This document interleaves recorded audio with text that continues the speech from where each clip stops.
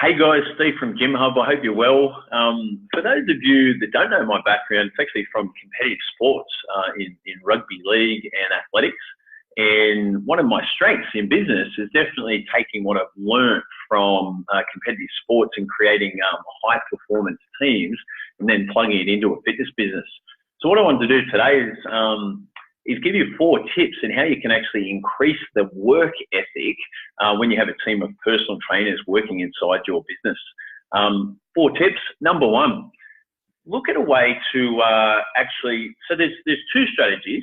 There's carrot or the stick, and my personal preference is always carrot. I actually want people who choose to actually do more work, who choose to actually want to contribute to your business goals and their personal goals, as opposed to you sort of kicking and screaming the whole time. So please keep in mind all 4 of these are the carrot. So number 1 is find a way to actually incentivize people who do have a great work ethic. So one of the things we like to do is our staff that are working over 30 face-to-face hours of like personal training or group training, we find a way to actually give them a bonus if their hourly rate is if their number of hours per week is over 30 for the month. Number 2, think about a big savings goal. You know yourself, before you sort of owned a fitness business, that if you were saving for a car or saving for a holiday, it was actually easier to get out of bed because you could sort of connect the work associated with the payout and then the benefit. I think sometimes when we're asking people, would you like some more sessions, or can you help out? It doesn't always sort of connect as easily as it should, but I think that's our job. So I think we should sit with our staff and find out what is it that they're actually motivated by. Is it, to save up for a strength and conditioning level 1? Is it perhaps a boys trip to Vegas? Whatever it sort of drives them, make sure that they have a strong savings goal, and then they might be interested in doing some more hours. Number 3 is introduce a big team goal. So one of the things I've noticed is that if our staff are from a pretty affluent family and they don't have like huge expenses or anything like that, sometimes the personal goals and the personal savings things aren't a great motivator.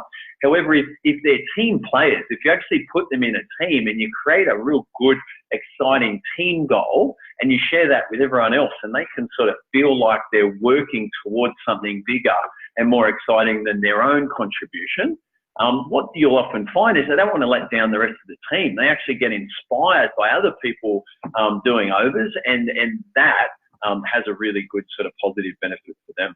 So number 1, look for like a bonus in some sort of like either in cash or like gift vouchers or something like that. If someone is actually performing those over hours and incentivizing high work rate, we'll prompt them and remind them that we appreciate it, and it reinforces them to do it again. Number 2 is see if you can encourage them to have a big savings goal. Number 3, look for a team goal so that, if people are motivated by the team and sort of working on something together, that can be exciting for them to work towards. We've done big sort of team goals where the reward's been like a party bus out to Randwick races where everyone's kind of celebrating. And when you've got those kind of big, outgoing, behaviour styles that like interacting with everyone, that seems to be a really, really good carrot to motivate people. Number 4, the other thing I would suggest that is a carrot, maybe it might be a little bit of a stick, is fresh blood. And what I mean by that is if your existing staff, if you sort of tried the top 3 things and you find that they're sort of still plateaued a little bit, nothing will actually add more life to your business and give you more capacity than actually just inserting in a handful of really competent, hard-working new staff in amongst the team to re-energize everyone, but also just to increase your capacity. Some of your existing staff will realise it's not them. They're not doing sort of a favour for you by taking some of those shifts, but instead it's just up to them. If they don't want to do it, that's okay. You can obviously hand it over to someone else. So there's 4 tips to increase the work ethic of your personal training and your team if you're trying to look to increase profitability inside your fitness business. I'm Steve from Gym Hub. If you find these tips useful, be sure to share it with a friend or comment below. Thanks, guys.